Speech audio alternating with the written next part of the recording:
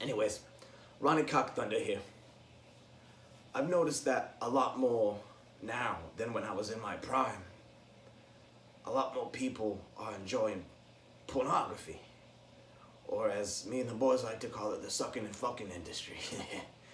Anyways, I've noticed a lot of people not giving credit where credit is due. And I'm not a man that likes to brag. I'm not a man that likes to boast by any means, but I believe in giving credit where credit is due.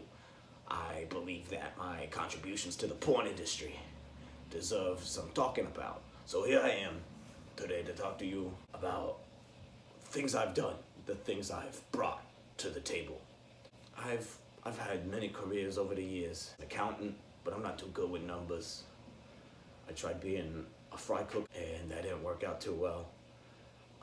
The only thing I've ever really been good at is filming fucking, sucking, cucking, doesn't matter. I'm just good at filming it. And when I first came to the game, a lot of people was only filming the muff. They'd only get the box in there. But me, I don't discriminate. And maybe that's part of what led to my success, but I'd get the cock and balls too. I'd get the cock and balls in there. And once you get the muff and the cock and balls, it's a wonderful picture. A lot of people really applauded me for my genius there when I got the cock and balls in the picture. I have a lengthy filmography. I've gone on to direct many movies, and I went on to do such cockbusters such as Snake Garden. That was the reimagining of Adam and Eve, but the fucking. A lot of protest on that one. A lot of Christian people came out and picketed that movie, but it was a good start, and I'm glad I did it. I have no regrets. Vaginal Vixens was the only one that didn't have the cock and balls. That was an all-lesbian special. I did a series of film parodies over the years, and I'm the guy that kind of revolutionized film parodies. You may have heard things like The Sex Files, things like that. I'm the guy that started it all. I went on to film One Over the Cuck's Nest. It was our first interracial film. A lot of people didn't like the interracial, but you know, the actors, the actresses, they were all really good people, super professional. I love working with them. I did Night of the Giving Head. It was our first horror porno flick, and that attracted the wrong crowd. It ended up eventually attracting the necrophiliacs, the weirdos. I don't get it. I said, this ain't the market I'm trying to corner.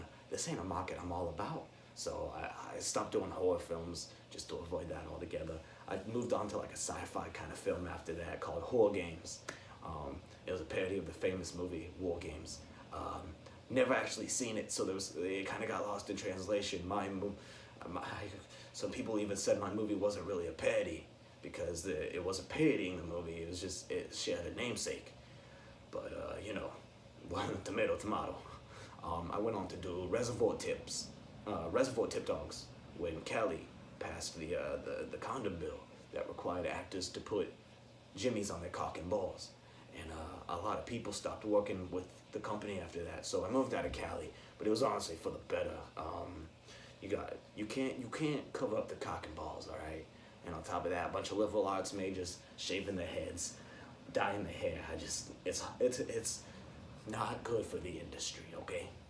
I did Bend Over Field. It was the first found footage porno. It caused a lot of motion sickness when it was released. We had to hand out puke bags with the cum rags, and it was something. It was awful.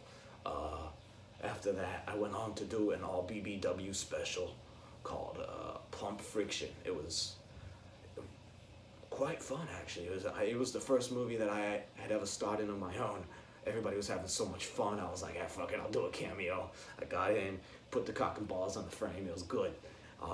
But enough about the filmography. You know, a lot of these guys, they focused on film, and I got tired of it. Everybody's just talking about film and how great the cock and balls MILF was on the film. But me, I was all about pushing it to the next level. So I started trying to transfer porn into the auditory market. So I started making porn CDs, and for a minute, people was looking at me like that's crazy. They're like, nobody's gonna buy people fucking on a CD. What are you gonna do? Listen to that at home next to your laptop when you can just look up the fucking? And I was like, no. This is for people on the go. All right. So what we did was I went in the studio, I filmed a bunch of actors fucking, I still got the muff, I still got the cock and balls in the shot, but I put it on a CD, I transported it to fucking MP3, I put it on a couple CDs, labels, wow.